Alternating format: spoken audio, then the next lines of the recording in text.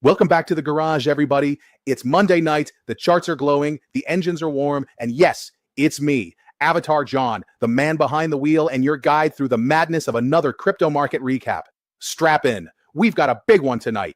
Here are tonight's top headlines. Titles only, no stories, because we like to keep you hanging. Bitcoin snaps back after the weekend bloodbath. Fed drops a new hint and the markets blast off. AI titans make surprise power moves as the war heats up. Solana volume surges with bulls waking up fast. ETF flows flip green with quiet accumulation under the surface. Meme coin chaos returns as trenches start rumbling again. A brand new Layer 1 launch sparks 1000x chatter. Wall Street strategists admit they have no idea what's happening anymore. But let's be honest, we all know why you're really here. You didn't show up for titles. You came for the money picks. You came for the heat. You came for the action. And yes, we've got them. Triple X has been deep in the trenches all day, crawling through the mud, dodging the bots, and stepping over more failed launches than we can count. He climbed back up the ladder 30 minutes ago and said one thing: it's been a great day in the gutter.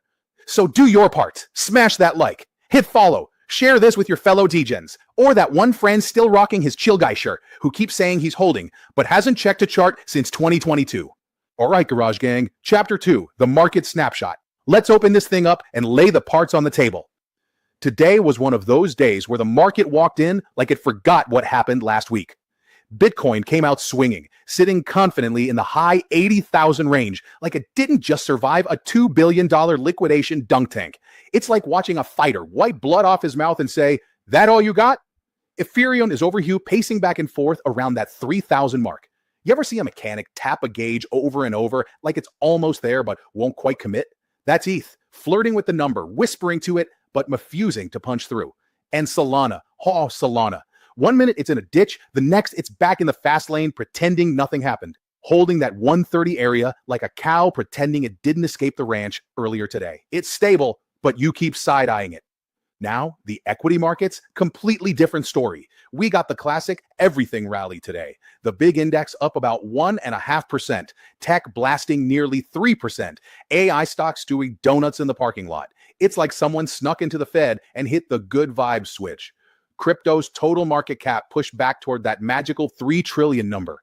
That's like the lights flickering back on at the garage after a blackout. Everything glowing green at once. Feels good, feels dangerous, feels like opportunity. And yes, the reason's pretty clear. Waller came out and basically whispered, maybe we should cut rates in December, and the entire market reacted like they just got invited to prom by their crush. But here's the real punchline.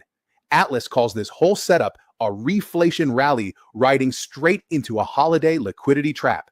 Has like taking a joyride right before a rainstorm. Good weather now, slippery roads later. Enjoy the sunshine, but keep your hands on the wheel. That's the setup.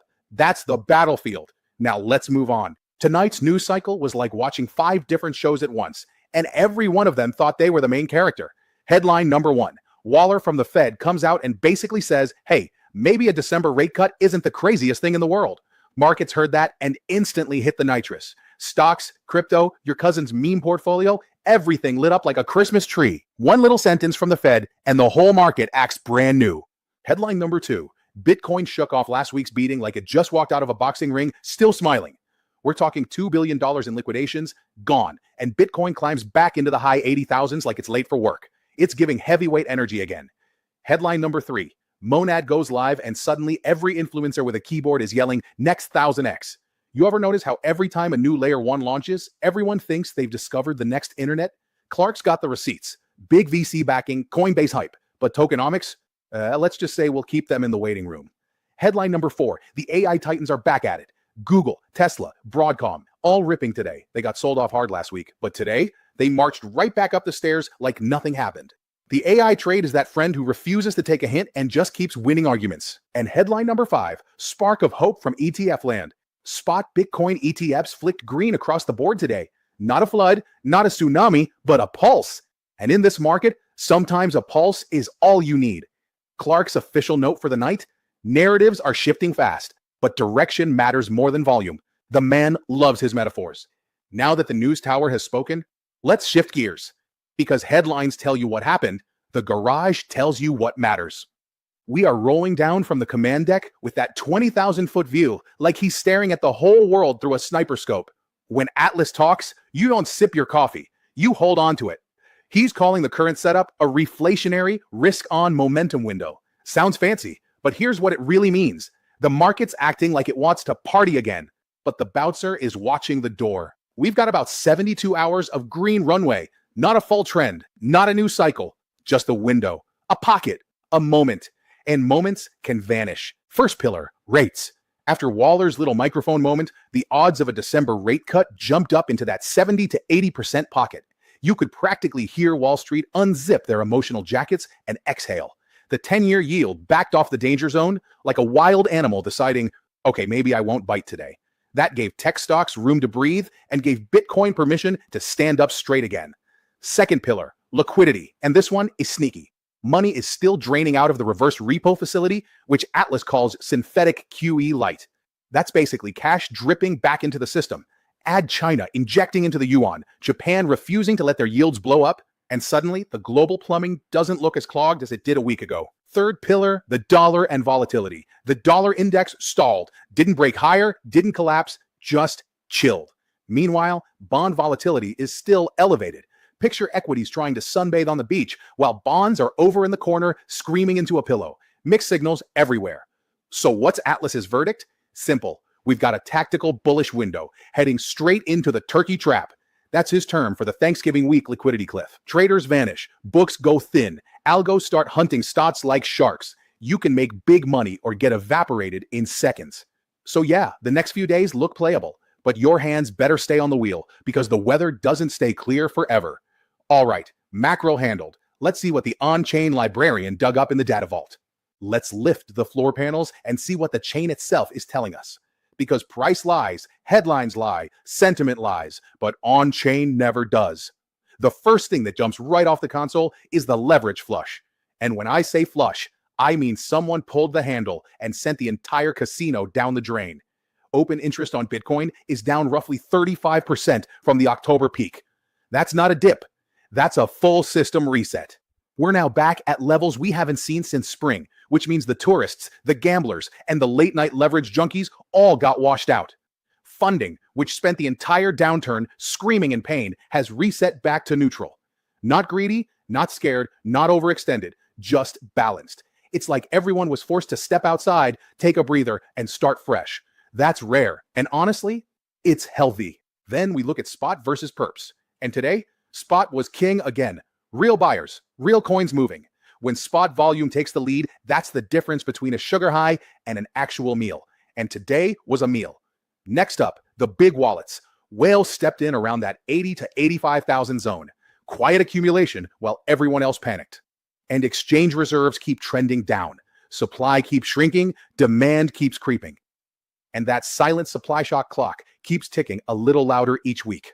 Over on the alt side, Ethereum is still dragging its feet. It wants to break that 3,000 ceiling, but ETF outflows and technical resistance are making it act like a car stuck between gears. Meanwhile, Solana held its 120 to 130 support like a champ, but the chart is still breathing heavy from last week's chaos. One slip, and it's back to the low hundreds. So what's the verdict from the data? It's not a blow off top. It's not a final cycle peak. This move looks exactly like what you see after the market purges the weak hands, resets the leverage, and gives the strong hands room to operate. In other words, the engine's cleared, the gauges look stable, and the car is ready for a real run if the driver doesn't panic. And listen carefully, because this is the one that actually matters for the next 5 years. Crypto runs hot, crypto runs cold. But AI is the arms race. AI is the Cold War. AI is the new oil, the new electricity, and the new battlefield all rolled into one. And today, the giants did not whisper. They roared. Let's start with Meta. These guys launched a test called Project Luna, and it's basically your feed, but weaponized. This thing reads your life before you even open your eyes. It scans every friend, every group, every page, every trend, and gives you a personalized morning briefing like you're getting intel from a government agency. That's not a feature. That's a lifestyle override. If people won't scroll, Meta will scroll for them. And if Meta can control what you see in the morning, they control the whole day. That's not tech. That's psychology. Google said, hold my smoothie, and took it further. They injected their Nano Banana Pro model straight into Google Workspace. And I mean beep. Slides, videos, Notebook LM. One click turns your PowerPoint into something you'd pay an agency $3,000 to design. Videos get auto thumbnails. Research notes become diagrams. This model writes, draws, redesigns, and frames your content with the confidence of a designer who thinks he's cooler than you. And he probably is. This is Google shifting from productivity tools to an AI-first reality. You don't just use Workspace now, Workspace thinks for you. Then we get the plot twist. OpenAI is feeling pressure, real pressure. Their CEO sent out a memo basically saying, hey team, Google is sprinting faster than expected. Brace for rough vibes. When the biggest AI company in the world tells its staff to emotionally buckle up, that means the race is tighter than anyone imagined. But here's the kicker. He also hinted at a new model in the works, something with deeper reasoning, longer memory, and more autonomous behavior. That's not a new version. That's a new species. Meanwhile, Edison dropped a nuclear-grade sleeper hit, an AI research agent living inside Jupyter notebooks. You tell it what you want, code, analysis, modeling, charts, and it builds the entire workflow for you. No errors, no Stack Overflow, no crying at 2 a.m. wondering why your for loop hates you. This isn't a tool. This is a lab assistant that works like a machine, thinks like a scientist, and doesn't microwave its lunch next to the chemicals. And over in the smart home battleground, Amazon rolled out Alexa Plus to Canada. Smarter conversations, personalized routines, contextual memory. This thing starts to understand how you live and adjusts itself. It's becoming less of an assistant and more of a roommate who judges your thermostat choices in 2 languages. So what does all of this tell us? It tells us the AI war isn't coming. It's happening right now. Behind the scenes, in boardrooms, in labs, in code. Meta, Google, Amazon, OpenAI, they're not competing. They're arming up. And here's the part the normies miss. Every time these companies push forward, it pushes the whole digital asset space with them. The rails, the tokens, the infrastructure, the narratives, it all blends. We're watching the foundations of the next economy being poured in real time. Crypto is the engine. AI is the fuel injection. And the people who understand both, they're the ones setting the future's price tags. And that is why we pay attention. Let's hit the sector scan. Because while the headlines scream one thing and macro whispers another, the sectors themselves tell you what's actually winning out there. And I'll say it right now. This is not alt season. Don't let the green candles fool you. This is a leaders-only environment. The strong are getting stronger. The weak are getting thrown overboard like a bag of bricks. First lane, artificial intelligence tokens. They're outrunning Ethereum on a 30-day basis like a tuned-up street racer blowing past a minivan. The entire DFAI category is heating up, and you can feel it. People don't want maybe someday tokens right now. They want tokens tied directly into the AI surge that big tech is feeding every single day. Next lane, gaming. And gaming is moving, but let's keep it real. It's moving with macro beta. When the big index pumps, gaming pumps. When the big index bleeds, gaming bleeds. The sector is alive, not leading. That's important. Now, the Blue Flame Special, Solana. Say what you want. Last week was ugly, dramatic, chaotic, but Solana is holding its levels like it's got something to prove. 120 to 130 has been the battleground, and the bulls defended it like it was the last slice of pizza at a LAN party. Volume climbing, builders shipping, narratives stacking, and rumors about new rails and ETF momentum don't hurt either. But let's not pretend everything is sunshine. Some sectors are still asleep. Old school DeFi, barely moving. High FTVs with no purpose, ghost towns. Tokens that pumped off hype alone, the air is gone. And the meme trenches, they're alive, but selective. It's not a free-for-all, it's Darwinism. The rotation right now is simple. AI over everything. Gaming over dead DeFi. Solana over ghost chains. And quality over chaos. The money is making choices again, not bets. And in crypto, that's always a sign the tide is shifting. All right, Garage Gang. Chapter 8. And tonight's Trench Report is a full-blown movie. Not a short film, not a trailer, a feature. Let me set the scene for you. He's not at home. He's not in the office. He's at the Desert Diamond Casino out in Arizona. That glorious place where the carpet has seen more broken dreams than a liquidation chart. The air smells like ambition and despair mixed together. And every slot machine stares at you like it knows exactly how many losses you've taken this cycle. He sits down at a little table in the corner where the lights flicker like a Solana RPC node during peak hours. 2 screens fire up, Axiom on the left, Bullex on the right. And before a single chart loads, before a single candle forms, he does the most dangerous thing a man can do in a casino. He loads 50 Sol into his Axiom wallet. Just like that. No warm-up. No second guessing. 50 Sol dropped into the digital trenches like a soldier stepping off the helicopter. He takes a sip of a casino coffee that tastes like someone boiled anxiety in a saucepan, cracks his shoulders, and begins. The Axiom feed starts spitting out contracts like a slot machine on malfunction mode. BullX trending heats up like a neon sign about to burst. He dodges rugs. He sidesteps bot traps. He marches right through low liquidity kill zones like he has plot armor. Hours go by. Time doesn't exist here. Only charts. Then it happens. He finds the rhythm. He starts playing. First play, a razor-thin scalp on Ecliptic, the wild child of the night. 1,000% up on the day. $985,000 market cap. 105,000 in liquidity. Over 2.8 million in volume. Dangerous, electric, unstable. He sizes tiny, rides a fast candle, grabs 4 Sol in under a minute, and ejects before the bots remember he was there. Next move, Pippin, a real survivor. 60 million market cap, 4.5 million in liquidity, and the big one, $46 million in daily volume. A chart cleaner than a dealership showroom window. He enters on a pullback and rides the reclaim like a man born for this moment. 9 SOL profit. Smooth, controlled, surgical. Then he sees the monster. Fartcoin, 279 million market cap, 10.6 million liquidity, 500,000 holders. A perfect 1 out of 100 rug check score. A meme that refuses to die and actually built an ecosystem out of spite. He sizes with confidence, catches the breakout, rides it like a cowboy riding a tornado. 14 SOL added to the stack. No hesitation, no nerves, no drama, just precision. Last little play, a fresh chart he snites on momentum reversal. In and out, barely leaves a footprint. 3 more SOL. Then he checks the wallet. 50 SOL in, 80 SOL out. He stands up, pushes the cursed casino coffee away, looks around at the flashing lights, the confused tourists, the 3 a.m. gamblers, and walks out of Desert Diamond like he just pulled off a heist. So what were the plays? Simple. Fartcoin, a mid-cap monster with 10 million in liquidity and a chart that deserved respect. Pippin, a veteran with real volume, real structure, and real staying power. Ecliptic, a baby cap rocket made for fast scalps, not long-term love. Monad-chan, rejected. Weak liquidity. Momentum dead. Not tonight. These weren't random choices. These weren't guesses. The market caps made the call. The liquidity confirmed it. The charts sealed it. And the message he sent on the way out of the casino, loaded 50, walked with 80. The desert was awake tonight, boys. All right, Garage Gang. Let's slow it down for a second and step into Lulu's world, the chart room. And if you're new here, yes, Lulu is the head of technical analysis in this garage. And yes, she is a pig for hoofs, a tail, 100% accuracy, and 0 apologies. Let's get into what she saw today.